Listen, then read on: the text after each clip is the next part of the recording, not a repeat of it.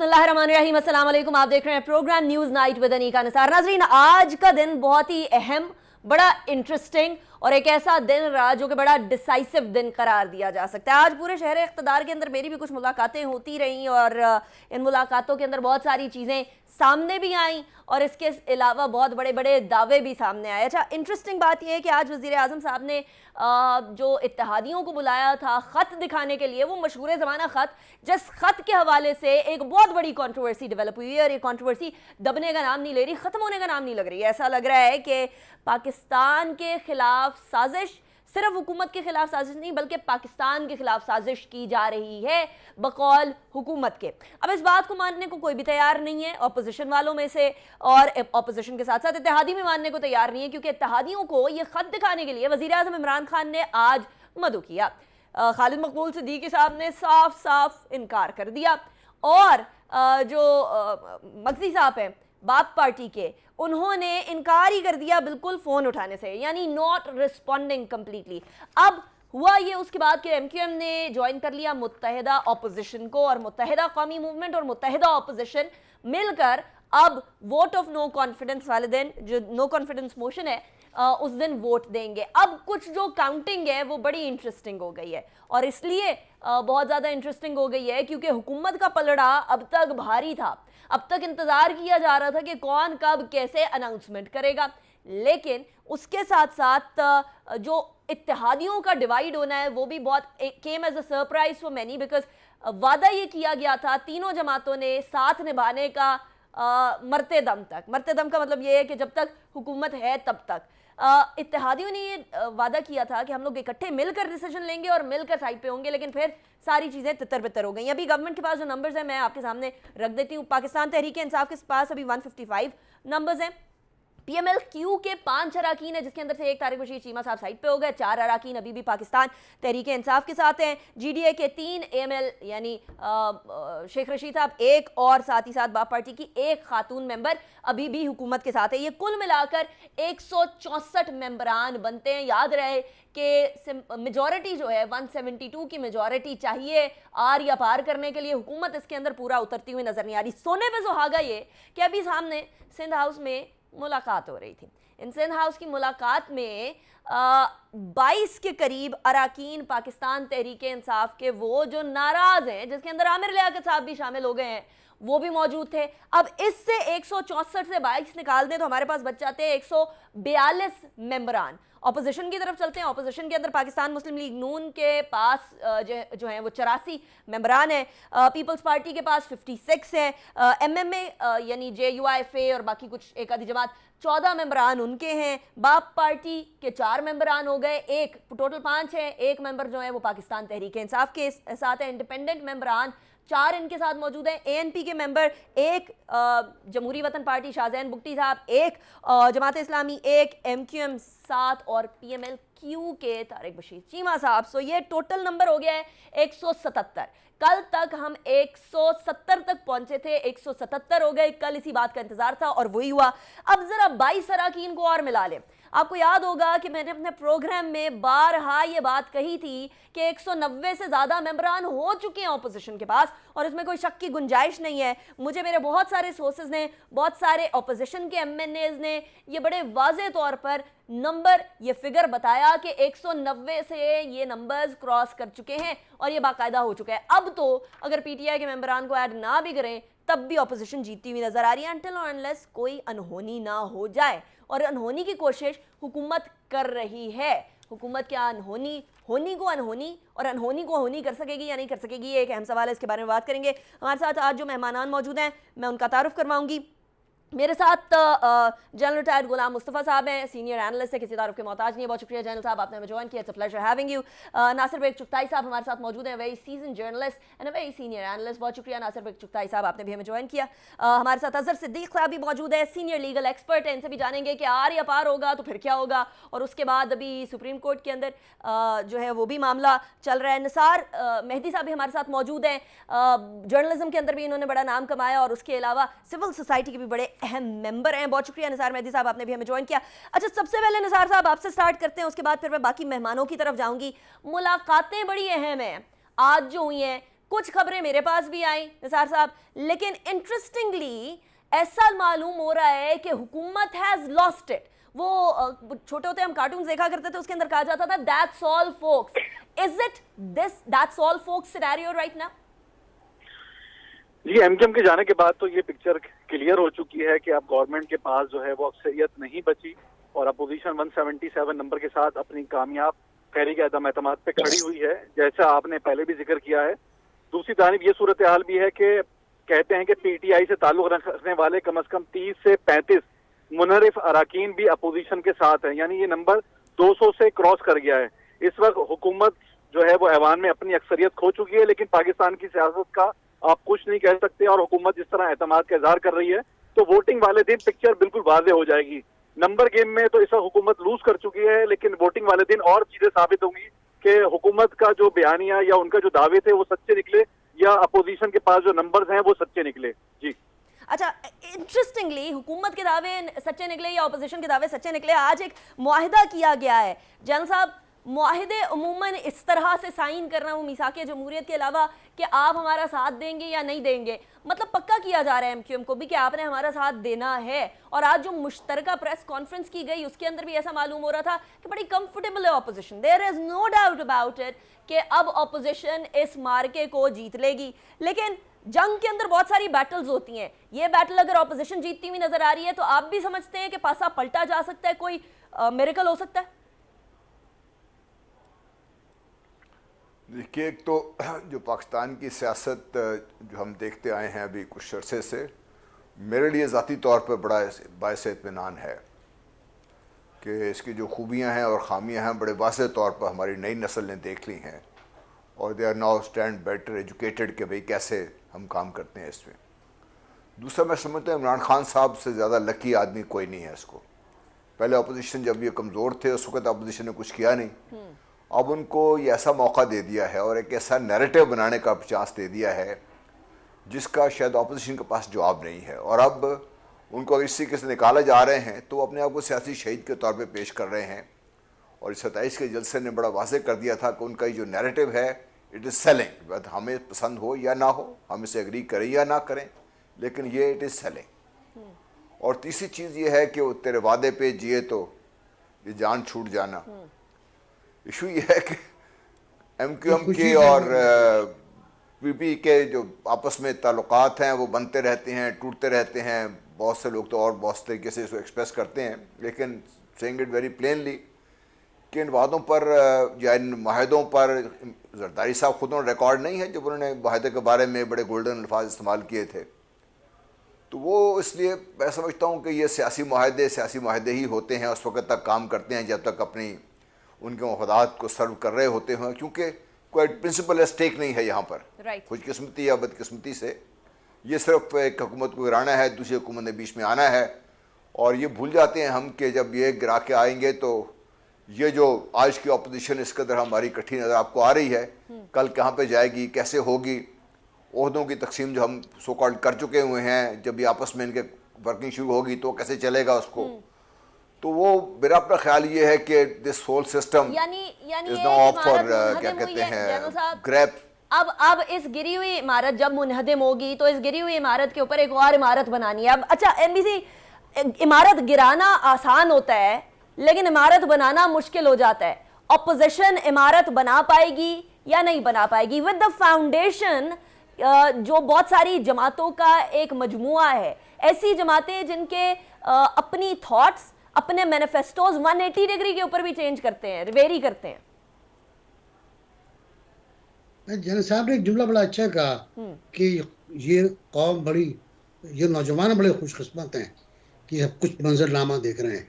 तो हम भी बड़े खुशकिस्मत थे कि हमने भी हुकूमतें गिरती हुई देखी और इसी अंदाज में गिरती हुई देखी और इसी अंदाज में लोगों को तख्ता दार पर चढ़ते हुए भी देखा, हमने सब कुछ देखा। तो हम भी बड़े खुशकिस्मत थे। अच्छा, जहाँ तक आपका ताल्लुक है इमारत का, इसका इमारत बगैर बुनियाद के नहीं बनती। पाकिस्तान तहरीक इंसाफ एक उम्मीद थी, एक रोशनी की किरण थी। इमरान साहब एक बहुत पवित्र, बहुत पाक साफ, बहुत ईमानदार लीडर के तौर पर सामने आए थे। लोगों ने उन्हें वाकईतन वोट दिए थे, कम दिए थे, ज़्यादा दिए थे, ये एक अलग डिबेट है। उनको वोट दिए थे, उनके वादे थे। गूगल सर्च कर जाएं और तमाम वादों से लेकर आखिरी वादे तक आ जाएं, कोई वादा पूरा नहीं हुआ, मायूस किया। और जब मायूस हुआ तो ठीक है, नालायक हिज़्ब इख्तिलाफ थी, सब नाअहल अपोजिशन थी, लेकिन अवाम नाअहल नहीं थे। राइट। एक रिएक्शन तो आना शुरू हुआ, एक पब्लिक रिएक्शन आना शुरू हुआ, मुजाहरों की शक्ल में नहीं आना शुरू हुआ। वो पब्लिक सेंटिमेंट में था, वो नफरत का इजहार था, वो एक बेजारी का इजहार था, आप नफरत, बेरोजगारी, एनबीसी कतर कलामी के लिए माजरत, आप कह रहे हैं बेजार और नफरत करने लग गई थी अवाम पाकिस्तान तहरीक इंसाफ के सरबराह, लेकिन यहाँ तो पीएम साहब का दावा अलग है ना एनबीसी, वो कह रहे हैं कि कैसे मुझसे नफरत करने लग गई थी, मैंने एक जम्मे गफीर इकट्ठा कर लिया इस्लामाबाद के अंदर, आज भी सारी अवाम जो है वो मेरे साथ है, और पासा ही पलट गया, महंगाई को लोग भूल गए, ये बैरूनी साजिश की तरफ जो है सबका ध्यान पड़ गया है। तो आप कह रहे हैं वो नफरत करते हैं, वो कह रहे हैं हमसे मोहब्बत करते हैं। इससे एक रोज पहले पीटीआई ने कहा था कि जलसे, बड़े जलसे जो मरियम ने किया था, कि बड़े जलसे कामयाबी की कलीद नहीं होते। तो मैं जलसों पे नहीं जाता, मैं एक जलसे पे गया हूँ सिर्फ, वो बेगम भुट्टो का जलसा था, जिसके बाद जिया-उल हक ने इंतखाबात मुलतवी कर दिए थे। मैं बार बार आपको तारीख इसलिए बता रहा हूँ कि इस तारीख का इससे मुंसलिक होना बहुत जरूरी है। इमरान खान के साथ जो हुआ गलत हुआ, सही। इमरान खान के साथ जाती हुई, और जाती उन लोगों ने की जो परवास करके आए थे, जो परिंदे थे, जो मौसमी परिंदे थे, जिन्होंने इमरान खान को घेर लिया था। अच्छा, जिस ज्यादती की बात कर रहे हैं एनबीसी आप, वो आर्टिकल 63A के अंडर सुप्रीम कोर्ट के अंदर उसकी तशरीह के लिए भी मामला भेजा हुआ है। अजहर साहब, जब बात आती है कवानीन की, जिस ज्यादती की नासिर बेग चुगताई साहब बात कर रहे हैं वो ये है कि मौसमी परिंदे थे, उनको जहाज में भर के लेकर आए और अब वो उड़ते हुए नजर आ रहे हैं मौसम की तब्दीली के साथ ही, सियासी मौसम कह लें या दूसरा मौसम कह लें, but this has happened now. अब जो हम इंतजार कर रहे हैं कि तशरीह आएगी, ताहयात नाअहली होगी या नहीं होगी, इनके खिलाफ कार्रवाई उससे पहले तो मुमकिन नहीं है। तो पाकिस्तान तहरीक इंसाफ के पास और कानूनी क्या तरीका होगा? जो 22 मेंबरान, 22 अरकान अभी सिंध हाउस में अक्रॉस द रोड हमारे दफ्तर से अक्रॉस बैठे हुए हैं, इनका क्या किया जाएगा पीटीआई की तरफ से? बहुत शुक्रिया, आपके सवाल के अंदर ही जवाब है कि वो 22 अरकान, अच्छा वो नासिर बेग चुगताई साहब ने तो कह दिया मौसमी परिंदे हैं, तो इसका मतलब क्या हुआ कि करप्ट लोग, साबित होगी ना बात इतना ही कह देने से, लोग कि जिनके मफादात क्या हैं, यानी असूल नहीं है। आप हमेशा यही रहेंगे ना, या तो से आए हो, ये वो लोग हैं कि जिनका ओढ़ना बिछोड़ना, कोई ताकतवर या सिफारिशें या पैसा, कोई भी शक्ल आप दे दें उसको, और इसकी आईन ने इजाजत नहीं दी है। वजह क्या है? आर्टिकल 17 अगर आप पढ़ लें, वो कलेक्टिव वोट की बात करता है, आर्टिकल 55 मेजॉरिटी की बात करता है। मिसाल के तौर पर, और तारीखी तौर पर याद रखिएगा, शायद हमारी याददाश्त जरा बहुत कमजोर है, कि छांगा मांगा की सियासत हुई, सवात की सियासत हुई, और बाकायदा आपने देखा कि आर्टिकल 63 उस वक्त आया, मोहतरमा बेनजीर गवर्नमेंट की जो हुकूमत जब टॉपल की गई, वहां क्या था, और सुप्रीम कोर्ट में जब मैटर गया तो बताया गया कि ये एक ब्राइबरी है, ये कैंसर है ये एक, और ये सारे लोग उठ खड़े हुए, उन्होंने कहा जनाब ये ब्राइबरी नहीं होनी चाहिए, ये डिफेक्शन नहीं होनी चाहिए। साके जमहूरियत हुआ, 2 चीजें तय हुई उसके अंदर, पता क्या तय हुई कि, और उस वक्त आर्टिकल 63 में ये था फॉरवर्ड ब्लॉक बना सकते थे, अगर वाकई ये डिफेक्शन हो सकती तो फॉरवर्ड ब्लॉक की तो इजाजत थी पहले। सही है। उसके बाद आर्टिकल 63 की जब शक्ल बनाएगी तो फॉरवर्ड ब्लॉक खत्म कर दिया गया, इसका मतलब है डिफेक्शन ही होने देनी। इसके साथ एक और दूसरी बड़ी अहम चीज थी, वो थी 58(2)B कि 5 साल से पहले हुकूमत खत्म नहीं होनी। आज आपके प्रोग्राम में नोट कर लीजिएगा, ये सिर्फ बजट पास होना है, ये 2 महीने बाद ये असेंबलियां डिसॉल्व होनी है, तो 5 साल का बयानिया कहाँ गया, और ये सारा किस लिए हो रहा है, ये जरा समझ लीजिएगा। ये कोई प्यार मोहब्बत, ये कोई अब ये कहा जाए महंगाई, ये कुछ नहीं है। एजेंडा क्या है? एजेंडा सिर्फ ये है कि इमरान खान एक पॉपुलर वोट लेकर, एक पोजीशन लेकर, जहां जैसे भी आए उन सब के लिए थ्रेट, जब आप अंदाजा लगाए ना, एक आदमी के खिलाफ सारी सियासी जमातें इकट्ठी होगी। अच्छा, इकट्ठी हो गया, अब रह क्या गया, यानी जितने भी हैं, एमक्यूएम भी आ गई, बाकी भी आ गई, चाह क्या रहे हैं ये? बड़ा सिंपल सा सवाल, बड़ा सिंपल सा है कि अब आके करना क्या है। इलेक्शन उन्होंने करा रहे हैं, और ये मैं चैलेंज कर रहा हूँ, अगर ये है ना ये 1.5 साल पूरा करे ना, हाँ। कौम के सामने नहीं, 5 साल की इलेक्शन तो आप असेंबली कह रहे हैं ना है, 3 देखते महीने हैं बाद 1.5 हो साल में जाएंगे, क्या करता है। या एजेंडा 6 क्या है? महीने से आगे मामला नहीं सिंपल सा जाना है, ना। मैं अच्छा खत्म साहब, करने लगा। एजेंडा बड़ा सिंपल सा है। जी। इन्होंने आकर गवर्नमेंट अपनी बनानी है, अच्छा। सूबों में वफाक में ट्रांसफर पोस्टिंग इसलिए कर रही है, आगे रिगिंग कैसे कर रही है, बजट तकसीम कर रही है, रिकॉर्ड में प्रोग्राम याद रखिएगा, मैं रखूंगा रिकॉर्ड में चले संभाल कर। मैं दूसरा अजहर क्या साहब, करना है, इलेक्शन कमीशन जो है ना, उसके 2 मेंबर शॉर्ट है, 2 हाँ। मेंबर इन्होंने लगाने हैं, तो आगे आगे करप्शन जो सॉरी जो भी आगे इलेक्शन रिगिंग करनी है वो कर सके। तीसरा बड़ा एजेंडा इनका ये है, नैब को डिसफंक्शनल करना है इन्होंने, और वो आप देखेंगे होगा। और चौथा क्या है, चौथा ये है कि जब ये इख्तिदार में होंगे ना, उसके बाद क्या करेंगे, केयर टेकर सेटअप लाना है। ये सारा मिसाके जमहूरियत के असूल है। वहां बैठ के क्या होगा कि अगली जो हुकूमत लाई जाए, ताकि अगला जो इलेक्शन हो वो जो पॉपुलर वे जो कोई भी है, इमरान खान के हवाले से सवाल इमरान खान का नहीं है, सवाल है कि यह स्टेटस को के लोग ठीक है। वापस वहीं लेकर आ गए हैं पाकिस्तान को, और यानी जो 40 साल से इस मुल्क को डिलीवर ना कर सके। मैं वो देख रहा था मुआहिदा, ये मेरे पास है मुआहिदा। चले मैं उसके बारे में बाद में बात करती हूँ। अजहर साहब, मुझे भी ब्रेक की तरफ जाना है, लेकिन एक बात ये मैंने आपकी बात ऑन रिकॉर्ड रख ली है अजहर साहब। मैं वापस आती हूँ, मैं ब्रेक की तरफ जा रही हूँ, ब्रेक के बाद वापस आते हैं। लेकिन ये बात मैंने ऑन रिकॉर्ड रख ली है, ये जो आप फरमा रहे हैं ये कल को होता है या नहीं होता, ये फिर हम लोग चला सकते हैं अपने प्रोग्राम में। लेकिन एक बात तो हो गई, मैं बड़े दिनों से अपने प्रोग्राम में कह रही हूँ, और उस टाइम से कह रही हूँ जब जिस दिन ये जो वोट ऑफ नो कॉन्फिडेंस रखी गई थी, उसको आगे लेकर किया जाया गया था, इसकी रिक्वेजिशन की गई थी, तब से कि 190 अरकान पूरे हो गए हैं, और वो आज होते हुए हमें नजर आ गए, उसको कहीं क्रॉस कर गए हैं। अभी ब्रेक की तरफ जाएंगे, ब्रेक के बाद वापस आएंगे, उसके बाद फिर गुफ्तगू का सिलसिला आगे बढ़ाएंगे। See you after the break.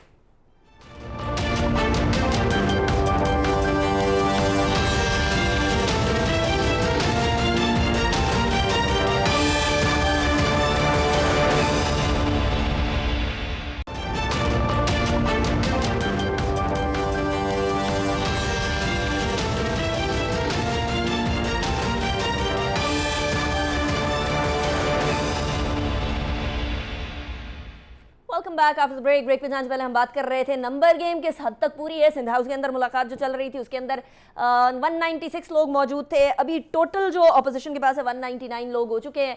190 का हिस्सा मैंने उस टाइम से दिया था और उसके बाद से वो पूरा हुआ, और अब भी हम लोगों ने देखा कि तकरीबन 200 क्रॉस कर चुके हैं ये फिगर। लेकिन अब अगला सवाल उस खत का है, वो मशहूर ज़माना खत जो कि जिसने खलबली मचा दी है इस्लामाबाद के अंदर, शहर इख्तिदार के अंदर फिलहाल हर कोई खत की बात कर रहे हैं। निसार मेहदी साहब, सबसे ज़्यादा इम्पोर्टेंट इस वक्त ये बात है कि ख़त बैरूनी साजिश किस हद तक सही किस हद तक गलत, क्योंकि वो ख़त नहीं, वो बेसिकली हमारी ही किसी एम्बेसडर की तरफ से एक बातचीत के हवाले से डिटेल्स है। सो नाउ इसको पार्लियामेंट में रखने की बात की जा रही है। पार्लियामेंट में रख के हुकूमत को कोई फ़ायदा हो पाएगा या नहीं, या बड़ी देर कर दी मेहर वहाँ आते आते? जी, अगर ये कोई खत था या ये कोई केबल थी हमारे एम्बेसडर की, तो अच्छा ये था कि हुकूमत अगर इसको कोई सिक्योरिटी या नेशनल सिक्योरिटी को थ्रेट समझ रही थी तो उनको चाहिए था कि इसको नेशनल सिक्योरिटी काउंसिल में लेके जाती, या वो इदारे जो मुल्क की सिक्योरिटी के जिम्मेदार हैं उन तक रसाई करती।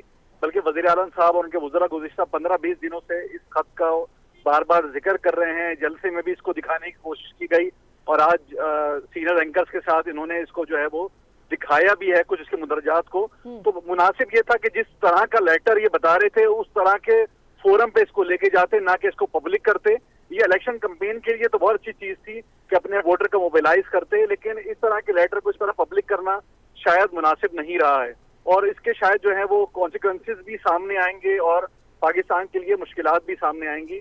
और अगर इस तरह का कोई काम करना था तो वो फिर मिसाल मुताल्लिका इदारों में करते तो ज्यादा अच्छा था। पाकिस्तान की फॉरेन पॉलिसी में हमें सबको मालूम है कि बहुत सारे जो लोग हैं, बहुत सारे ममालिक के उनका प्रेशर होता है, और अच्छा था कि पाकिस्तान अपनी खुद मुख्तार पॉलिसी बनाता और उसको जारी रखता, लेकिन अपनी हुकूमत के आखिरी दिनों में इस तरह की बात करना मेरे ख्याल से मुनासिब नहीं था। अच्छा, एक और बात निसार साहब, अब जिन ममालिक से ताल्लुकात बना रहे थे, क्या वो भी थोड़े अलर्ट हो जाएंगे कि इस तरह की बात कल को हमारे बारे में भी की जा सकती है, या अभी वहां वो वाला मामला कंफर्टेबल है? मेरा नहीं ख्याल कि उन ममालिक को पाकिस्तान से कोई तरह की प्रॉब्लम है। चीन और रशिया जो है वो इस वक्त एक नई इमर्जिंग पावर के तौर पे सामने आ रहे हैं। अमेरिका जिस तरह उसने अपनी पावर लूज करी है, तो उसके बाद चीन और पाकिस्तान और रशिया अगर किसी जगह एक साथ होते हैं तो उनको पाकिस्तान सूट करता है बहुत सारी चीजों के अंदर। तो इसलिए लगता नहीं है कि चीन और रशिया को इस सिलसिले में कोई मुश्किल होगी या कोई इस तरह का प्रॉब्लम का शिकार होंगे। नई हुकूमत आएगी, नई हुकूमत के साथ उनके बातचीत जारी रहते हैं। ममालिक के ताल्लुकात, रियासतों के ताल्लुकात होते हैं, हुकूमत पर शायद इतना बड़ा असर नहीं पड़ता। Correct correct, that's 100% true. अच्छा, एनबीसी को ऑडियो मेरी नहीं आ रही थी, वो चेक करिएगा। अच्छा जैल साहब, ये बात तो बड़ी वाज़ेह है कि पाकिस्तान एक अहम किरदार अदा करता है इस पूरे रीजन के अंदर। जियो स्ट्रेटेजिक लोकेशन हमारी ऐसी है कि we can not avoid it. अब जब ये वाली बात बिलखुसूस अमेरिका की जानिब रुख करते हुए कही गई, आज भी जो प्राइम मिनिस्टर साहब से मुलाकात हुई उसके अंदर भी उन्होंने मंदरजात सामने रखे हैं, लेटर नहीं दिखाया हम सहाफ़ियों को। कोई ये नहीं पता चला कि उसके अंदर एक्चुअली लिखा क्या हुआ था। चीदा चीदा चीज़ें जो निकाली थी वही वाली सामने रखी हैं। लेकिन एक बात जो कि बहुत प्रोमिनेंटली और बड़ी बड़ी रिपीटेडली बोली गई, वो ये बोली गई कि हुकूमत के खिलाफ इसलिए साजिश हो रही है क्योंकि हम अपनी इंडिपेंडेंट फॉरेन पॉलिसी बना रहे हैं। आपको याद है चीन के साथ जो दौरा था वजीर आजम का, उस टाइम पे अमेरिका के स्टेट डिपार्टमेंट की तरफ से स्टेटमेंट आई थी कि वो पाकिस्तान सॉवरन मुल्क है, वो अपनी जो फॉरेन पॉलिसी है उसको अपने तई आगे लेकर चल सकता है। लेकिन रूस के दौरे पे ऐसी कोई स्टेटमेंट नहीं आई थी। जैन साहब, ये बात, ये दावा कितना सच हो सकता है? पार्लियामेंट में लाने के बाद कितना फायदा हो सकता है? कुछ रिवर्सल हो सकता है ये मामला जो इतना आगे बढ़ गया सियासी तौर पर? देखिए, मेरा नहीं ख्याल कि वोट ऑफ नो कॉन्फिडेंस पे ऐसा कोई इसका असर पड़ेगा, क्योंकि वो तो नंबर गेम्स पार्लियामेंट में डिसाइड होनी है। अनलेस प्राइम मिनिस्टर कैन स्वे जो नंबर्स हैं इन हिज फेवर, तो इससे ऐसा मेरा ख्याल फ़ायदा नहीं होने वाला। लेकिन प्राइम मिनिस्टर ने एक और बड़ा जो काम किया है उसको हम अभी गौर से देख नहीं रहे। इस पर एतराज़ भी हो रहे हैं, कुछ लोग इसको एग्री कर रहे हैं, कुछ नहीं कर रहे। लेकिन उन्होंने एक नया नैरेटिव जो उनके पास पहले नहीं था, वो अब नया नैरेटिव लेके पब्लिक में आए हैं इसको। वो नैरेटिव ये है कि पाकिस्तान की इज़्ज़त, पाकिस्तान की खुद मुख्तारी, पाकिस्तान की बका, पाकिस्तान जो भी आप कह लीजिए उसको, उसके बैकग्राउंड में जो उनकी बात चल रही है वो ये है कि भाई 15 मार्च को इस्लामोफोबिया के ख़िलाफ़ यूएन में उनकी तकरीर जिसमें उन्होंने नबी पाक की बात की सल्लल्लाहु अलैहि वसल्लम की, और ये सारी चीज़ें उनके बैकग्राउंड में एक फ़िल्म के तौर पे चल रही हैं। ये वो नैरेटिव है जो लोगों को इस वक्त पसंद आ रहा है। इसमें हम इसको लॉजिकल कहें, इलॉजिकल कहें, लेकिन ये हकीकत है। ये नंबर एक। नंबर दो, जो पाकिस्तान को जो कहा गया है और ये कहने के तरीके होते हैं, unlike the call to Musharraf, ये बड़े तरीके से बात की जाती है। हमारे एम्बेसडर को बुला के बहुत सारी बातें की गई हैं उसमें। कुछ चीज़ों का मुझे इल्म है, बहरहाल जब तक प्राइम मिनिस्टर खुद उसका ज़ाहिर नहीं करते तो मैं नहीं बात कर सकता उसके ऊपर। लेकिन पाकिस्तान को बड़े खुले तरीके से बात की गई है। और अमेरिकन का ख्याल ये था कि पाकिस्तान इज़ ए कंट्री जिसका उन्हें पूरी तरह फंसा लिया हुआ है। चाहे वो फैटफ है, वहाँ पर हम फंसे हुए हैं, चाहे वो IMF है, वहाँ पर हम फंसे हुए हैं। लेकिन जैन साहब, तो पाकिस्तान को पूरी तरह फंसा लिया हुआ है। Afghanistan, I am sorry, I am cutting you short here, लेकिन अमेरिका अफगानिस्तान में कुछ अचीव नहीं कर सका। अमेरिका ने इराक पे हमला किया, उसके बाद कुछ अचीव नहीं कर सका। तो अमेरिका यूक्रेन पे कुछ अचीव नहीं कर सका। तो यहाँ खाली धमकियां जो हैं वो पाकिस्तान को उसको सीरियसली लेना चाहिए। देखिए, हल चीज़ें उसके लिए तरीक़ाकार होता है ना उसमें। यूक्रेन का तो अभी हिस्ट्री अभी तक बड़ा still too early to call the shots के भी ये डिसाइड के भी क्या हुआ है, कौन कहाँ पे चला गया है। लेकिन पाकिस्तान के बारे में तो उनको पता है कि हमारे साथ पहले ये हो चुका हुआ है। ये हमारी तारीख का एक हिस्सा है। Let's not deny, going to denial on that. और फिर बाइडेन साहब ने जब ये जो 4 दिन का दौरा किया यूरोप में रिसेंटली, वो अभी the whole White House is trying to cover it up, जिसमें उसने कहा था जी the Peter must go, there is regime change करनी है हमने रशिया में। उससे पहले लिंडसे ग्राहम ने, जो उनके एक सेनेटर हैं, बड़ा वाज़ेह कहा था कि भाई let's find out some assassins and get rid of Putin. तो ये पाकिस्तान को इस किस्म की धमकी देना, जहाँ पे उनको एक हिस्ट्री है पाकिस्तान की, पाकिस्तान धमकी के ज़रिए असर आ जाता है। फिर पाकिस्तान की इकोनॉमिक कंडीशन ऐसी है, और उसके साथ अगर आप सबको ऐड करते हैं, ये नहीं कि भाई ये पॉलिटिकल जो हमारा टर्माइल था दिस लिंक टू दैट, लेकिन जब इसको उसके साथ लिंक कर दें आप as of happening as right now, right, तो आपको समझ आ जाती है कि फिर बड़ी पिक्चर समझ आने लग जाती है, ट्राया जा सकता है। अच्छा नासिर भाई चुगताई साहब, एक अगर जिस तरह जन साहब फरमा रहे हैं कि ये अब जो भी खत मरासला जो भी आप नेशनल असेंबली के अंदर पार्लियामेंटेरियंस के अंदर इन कैमरा सेशन में दिखा भी दें तो आपको एज सच कोई फर्क नहीं पड़ने वाला, नंबर स्वे होते हुए बड़े मुश्किल से नजर आ रहे हैं। लेकिन दिस इज एग्जैक्टली जो कि अभी पाकिस्तान तहरीक इंसाफ जिसके साथ अपनी उम्मीदें वाबस्ता करके बैठी हुई है। फैसल जावेद खान साहब, अगर ऐसा नहीं होगा तो फैसल जावेद खान साहब फरमा रहे हैं, और वो वज़ीर आज़म साहब के बड़े करीबी हैं, वो कह रहे हैं कि जी इंशाअल्लाह जीत हमारी होगी, वजीर आजम साहब कह रहे हैं 80% जीत मेरी होगी, तो फिर ये दावे किस बुनियाद पे हैं जब 200 से ज्यादा नंबर लेकर बैठी हुई ऑपोजिशन?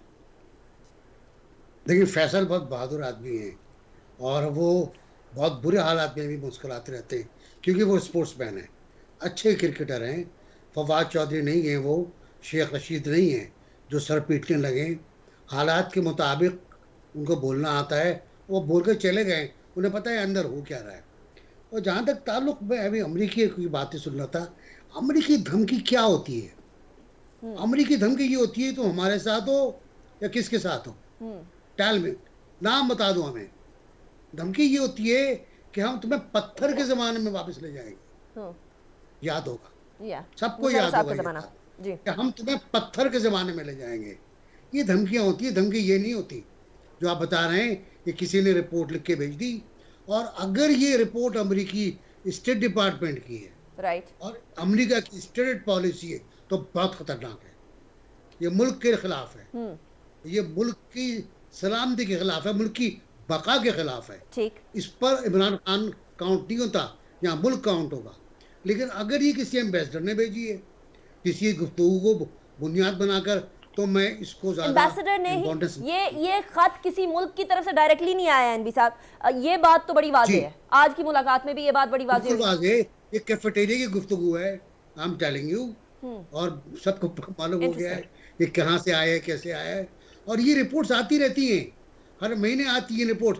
जनरल साहब बैठे, जनरल साहब को ज्यादा पता होगा, ब्रीफ आता रहता है हर महीने, मैंने खुद देखे ये ब्रीफ। चले, अच्छा मैं ब्रेक की तरफ जाना चाह रही हूँ एनबीसी, मैं क्विकली एक मिनट जी कंप्लीट कर लीजिए। चले ब्रेक हो जाए। चले, मैं ब्रेक के बाद आती हूँ। अजहर सिद्दीक साहब, आपसे भी एक बड़ा इंपॉर्टेंट सवाल है, वो ये कि नेशनल सीक्रेसी एक्ट 1923 पाकिस्तान के अंदर लागू है, क्या इस तरह का खत सबको दिखाना? चलिए, पार्लियामेंट का in camera session is something different, लेकिन जर्नलिस्ट और बाकी सबको इस तरह से दिखाना क्या दुरुस्त है या नहीं है? After break.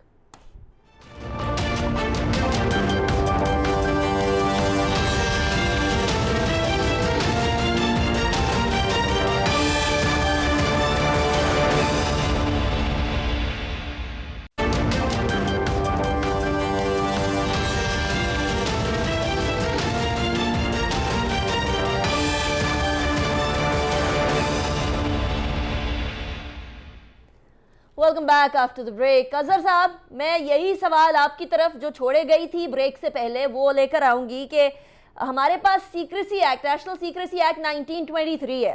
अब उसके मुताबिक क्या कोई भी इस तरह का मरासला, खत, वायर, कोई भी नाम दे दे, वो जर्नलिस्ट या पब्लिक के किसी मेंबर को दिखाया जा सकता है? National assembly is a different story. नहीं, देख याद रखिएगा, नेशनल असेंबली भी डिफरेंट स्टोरी नहीं है। अच्छा, कुछ तो है इसकी इक़्तिदारी है, यानी इस खत की सच्चाई और अहमियत का आप अंदाजा इस बात से लगा सकते हैं कि आज इस्लामाबाद हाई कोर्ट में एक मोहम्मद नईम खान ने पिटीशन दायर की और ऑर्डर पास हुआ, और ऑर्डर में बाकायदा section 5 of the official secret act का जिक्र हुआ, प्राइम मिनिस्टर के ओथ का जिक्र हुआ, और कहा गया कि ये खत पब्लिक ना किया जाए जी। आखिर मेरे जब तक इस्लामाबाद हाई कोर्ट ने इस खत को देख नहीं लिया, मैं तो हैरान हूं कि एक सफे यानी आपने कोई कंटेंट्स नहीं पढ़े, आपने कोई चीज देखी नहीं है। हाउ यानी किस तरह ये जज कर लिया कि ये ऑफिशियल सीक्रेट एक्ट का ताल्लुक है इसका, या मिसाल के तौर पर ये क्लासिफाइड डॉक्यूमेंट है। फेडरल गवर्नमेंट के पास इख्तियार है अंडर दी, अगर देखा जाए 78 ऑर्डर है कानून शहादत ऑर्डर के तहत, वो किसी भी क्लासिफाइड डॉक्यूमेंट को डिक्लासिफाई कर सकती है।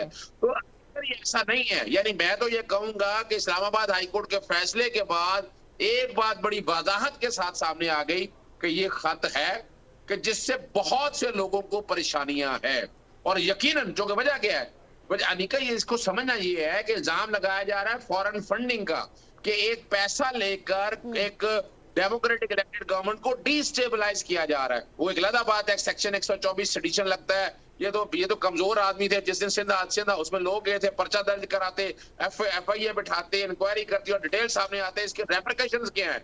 यानी देखो ना, ये इससे सियासी जमातें किस तरह खौफजदा है कि कल अगर ये बात आ जाती है कि पैसा यहाँ इंजेक्ट हुआ है और इस गवर्नमेंट को लेकिन टॉपर ऐसा किया साहब गया, कहता पैसे कलामी की लगा। माजरत सियासी जमातों को आप इस्लामाबाद हाई कोर्ट से कैसे कनेक्ट कर सकते हैं? देखिए चीफ जस्टिस अतर मिनल्ला कहते हैं कि खत के मंदरजात जाहिर करने से रोकना मुंतखब वजीर आजम पर एतमाद होगा, उम्मीद है वजीर आजम हल्फ की पासदारी करेंगे। So this is exactly precisely what the court has said. सियासी जमातों ने ना, अनिका, अभी तक सियासी जमातों ने प्रॉक्सी पिटीशन दायर की है। ठीक है। आपको पता है याद नायली के हवाले से अभी recently supreme court bar association ने एक पिटीशन दायर की। मैं जो पॉइंट आपके सामने सही। रखना चाहता हूँ ना, पॉइंट बड़ा सीधा सा कि है। शक्ल कोई और है और पीछे कोई और है।